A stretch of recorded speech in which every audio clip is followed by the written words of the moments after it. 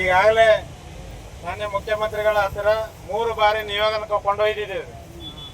ಕಲಬುರಗಿಯಲ್ಲಿ ಇದೇ ರೀತಿ ಅಹೋರಾತ್ರಿ ಧರಣಿ ಸತ್ಯಾಗ್ರಹ 3 ದಿನಗಳ ಕಾಲ ನಿರಂತರವಾಗಿ ಮಾಡಿದ ಮೇಲೆ ನಮ್ಮ ಆಗದ ಇಬ್ಬರು ಪ್ರಭಾವಿ ಸಚಿವರಾದಂಥ ಸನ್ಮಾನ್ಯ ಪ್ರಿಯಾಂಕ್ ಖರ್ಗೆ ಸಾಹೇಬರು ಮತ್ತು ಡಾಕ್ಟರ್ ಶ್ಯಾಮಪ್ರಕಾಶ್ ಪಾಟೀಲ್ ಸಾಹೇಬರು ಇಬ್ಬರೂ ಕೂಡ ನಿಯೋಗ ಕೊಂಡೊಯ್ದು ಮುಖ್ಯಮಂತ್ರಿಗಳ ಸಮ್ಮುಖದಲ್ಲಿ ಕುಂದರ್ಸಿ, ಸರ್ ಇಂಥ ಬಡ ಜನ, ಇಂಥ ನಿರ್ಗತಿಕರು, ವಿಕಲಚೇತನ ಇವ್ರಿಗೆ ಏನು ನಾವು ಮಾಡಲಿಲ್ಲ ಅಂತಂದರೆ ನಮ್ಗೆ ಯಾರಿಗೆ ಏನು ಮಾಡಿದ್ರೂ ಉಪಯೋಗ ಇಲ್ಲ, ನಮಗೆ ಇಡೀ ಶಾಪ ತಡ್ತದೆ ಸರ್, ದಯವಿಟ್ಟು ಇದು ಮಾಡಿಕೊಡ್ರಿ ಅಂತೇಳಿ ನಮ್ಮ ಶಾಸಕರುಗಳು ಒತ್ತಡ ಹಾಕಿ ಮಾತಾಡಿದ್ದಾರೆ ನಮ್ಮ ಸಮ್ಮುಖದಲ್ಲಿ.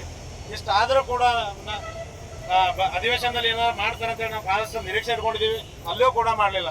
ಅದಾದ ನಂತರ ನಮ್ಮ ಇಲಾಖೆ ಸಚಿವರು ಕೂಡ 2 ಬಾರಿ ನಿಯೋಗ ಕೊಂಡೊಯ್ದಿದ್ದರು. ಈ ರೀತಿ 3 ಬಾರಿ ನಾವು ಮೋಸ ಹೋಗಿದ್ದೀವಿ.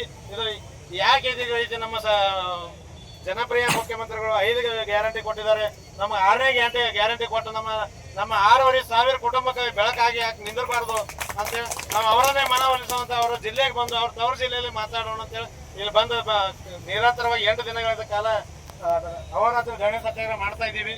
ಈಗಲೂ ಕೂಡ ನಮಗೆ ಸ್ಪಷ್ಟ ನಿಖರವಾದ ಭರವಸೆ ಬರೋವರೆಗೂ ನಾವು ಈ ಸ್ಥಳದಿಂದ ಕದಲೋದಿಲ್ಲ.